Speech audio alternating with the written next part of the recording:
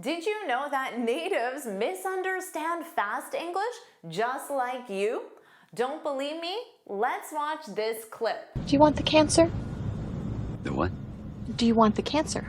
Notice how George Clooney didn't understand her question at all. He said, the what? The what? Are you also unsure or confused by her question? He still doesn't understand after she repeats it, so she says it again slowly. Now let's see if you can get it too. Do you want the cancer? The what? Do you want the cancer? The can, sir? Problem number one, natives use connected speech.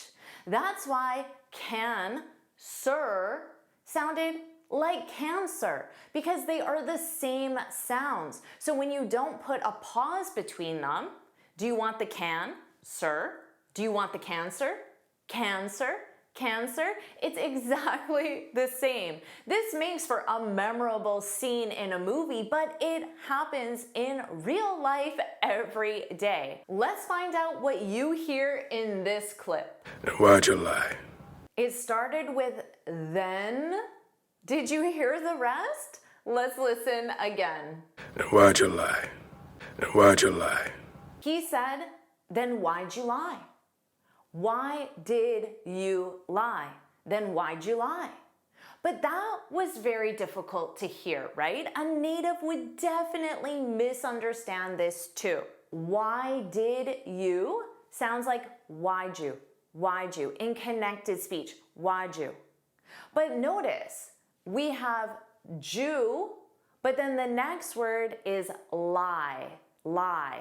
And July sounds like the month July, June, July, August. So the combination of why did you lie can absolutely sound like the question, why July? Why not June? Why not August? Why July?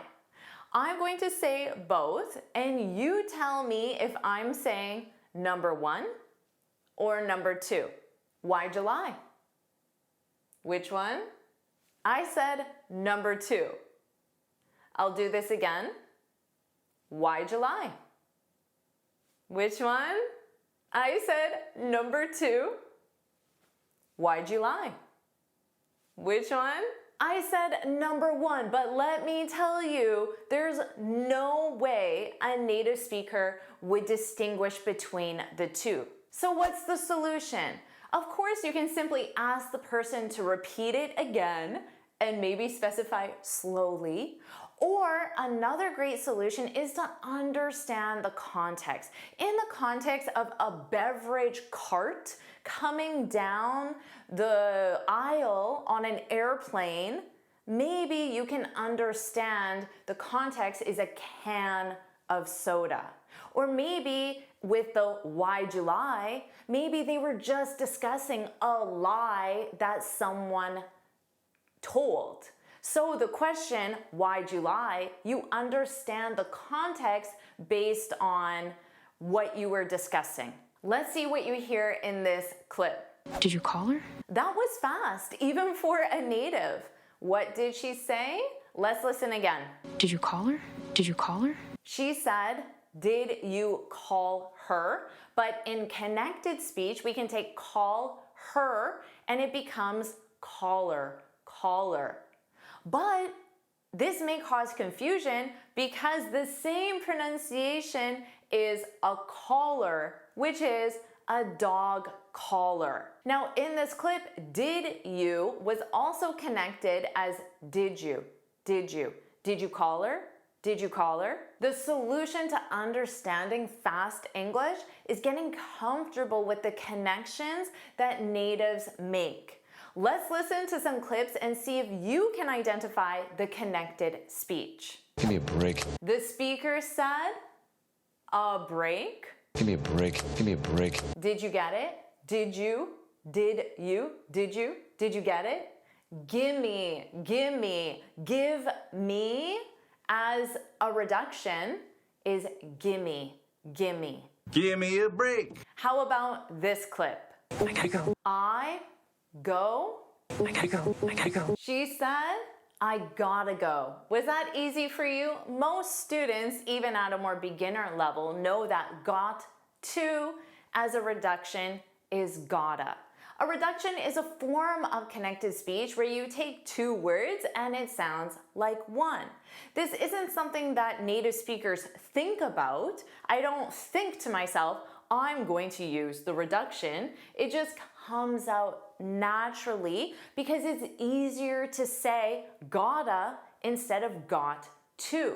And that's the only reason why natives use it, even though it definitely makes speech more difficult to understand, even for natives. That's why doing this practice is so important. How about this one? What do you want? Want? What do you want? What do you want?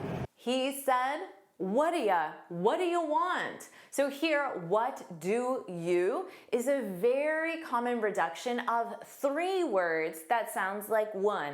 Repeat after me. What do ya? What do ya? What do you want? What do you want? What do you want? How about this clip? So, what you want to do today? Did you get the full clip? So, do today. So, what you want to do today? So, what you want to do today? He said, so, whatcha? What do you? Now it sounded like whatcha?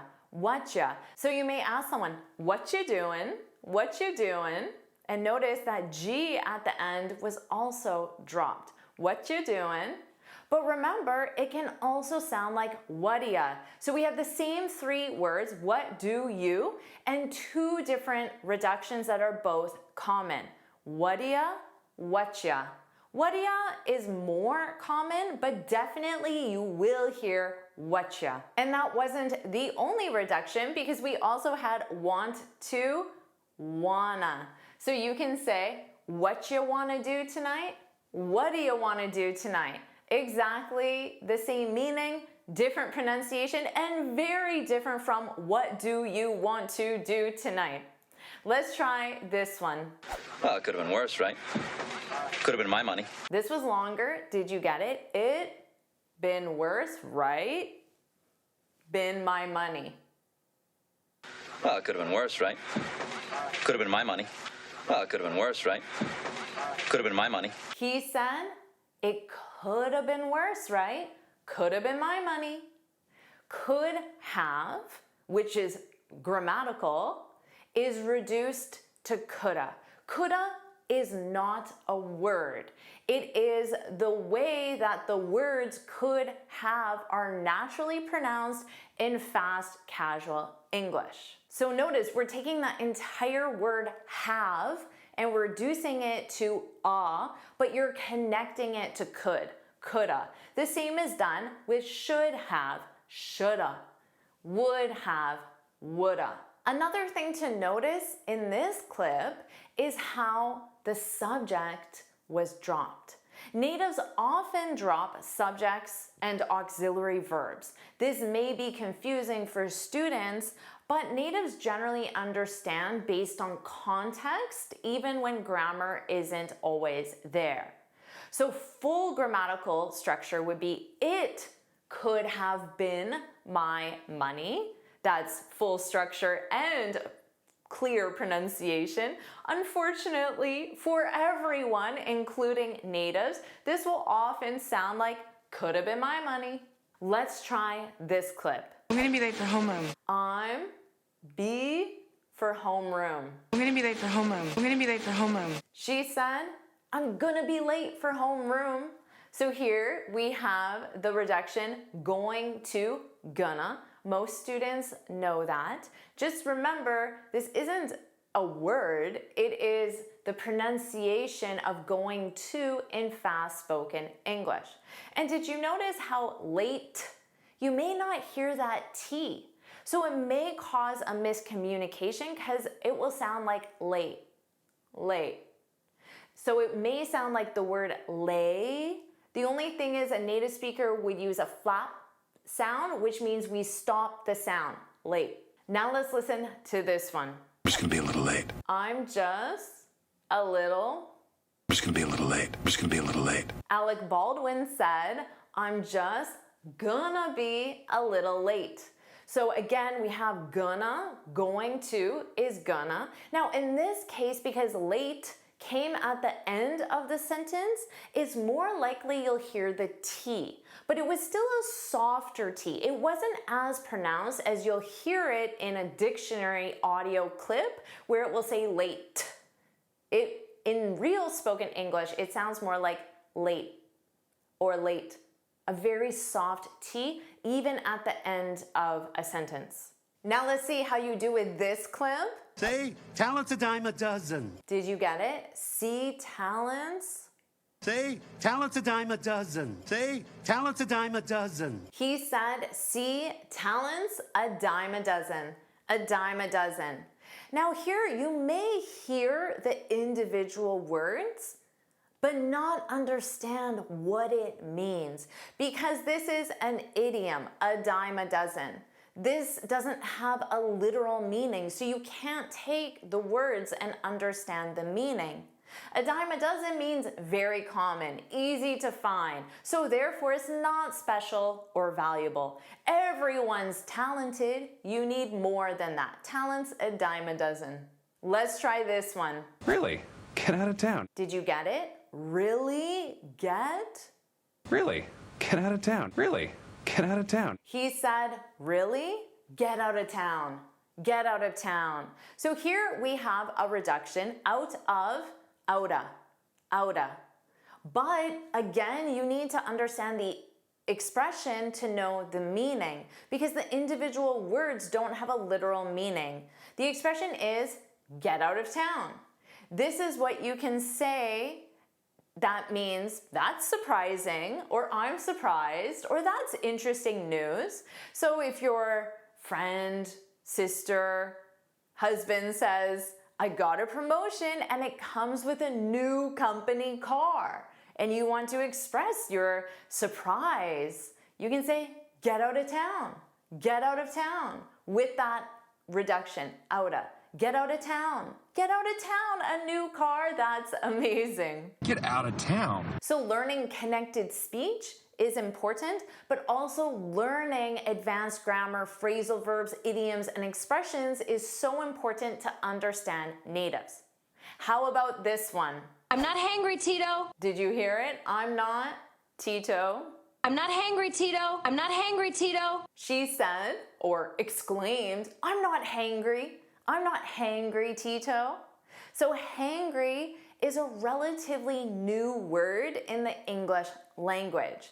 It's a combination of hungry and angry. So it means that you're becoming angry because you're feeling hungry. Do you ever get hangry? Hungry and angry? You're hangry, Claire. I'm not hangry, Tito. Now, if a native speaker uses this with their grandparents who are older, or a boss or a neighbor who is older, they may not understand it because new words may be unfamiliar to certain people, generally older generations, but it can also be a younger person as well. But younger people, they usually know the new trends, the new words. So now you know what you need to do to understand natives and avoid those miscommunications. You need to keep listening to natives, study connected speech, study fast speech, expand your vocabulary, and all of my lessons will help you do just that. So put let's go, put let's go in the comments if you want another lesson.